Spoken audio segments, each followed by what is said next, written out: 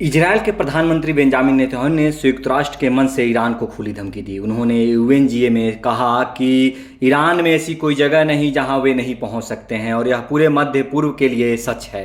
साथ ही बंधकों के सुरक्षित घर लौटने तक इजरायल नहीं रुकेगा, ऐसा बात उन्होंने कबूला। हालांकि उनके भाषण के दौरान कई देशों ने विरोध जताते हुए सदन में वॉकआउट कर दिया।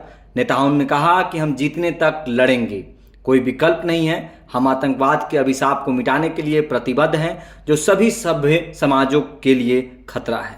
संयुक्त राष्ट्र में विश्व नेताओं को संबोधित करते हुए बेंजामिन ने कहा कि इस साल संयुक्त राष्ट्र महासभा में भाग लेने का कोई इरादा नहीं था।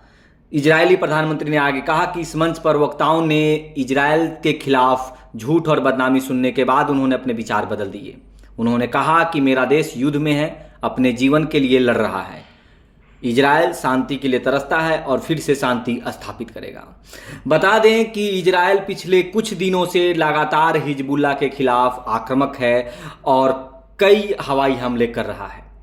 इसमें पिछले दिन इजरायली सेना ने हिजबुल्लाह की जो बेरूत, लेबनान की राजधानी बेरूत में जो मुख्यालय है वहाँ पे डायरेक्ट सटीक हमला बोला है, जिसमें अंदाज़ा लगाया जा रहा है कि हसन नसरुल्लाह जो हिजबुल्लाह का हेड है वो भी मारा गया है। खैर, इसकी पूरी पुष्टि नहीं हुई है, आधिकारिक पुष्टि अभी तक नहीं हो पाई है।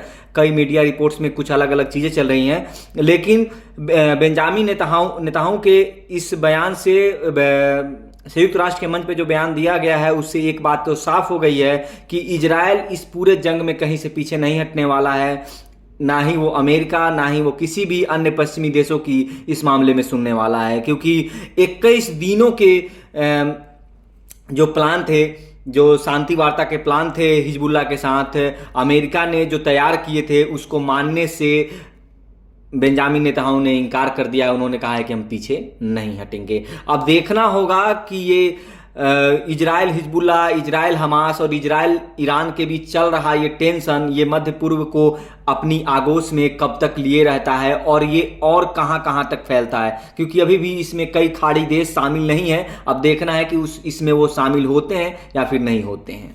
धन्यवाद।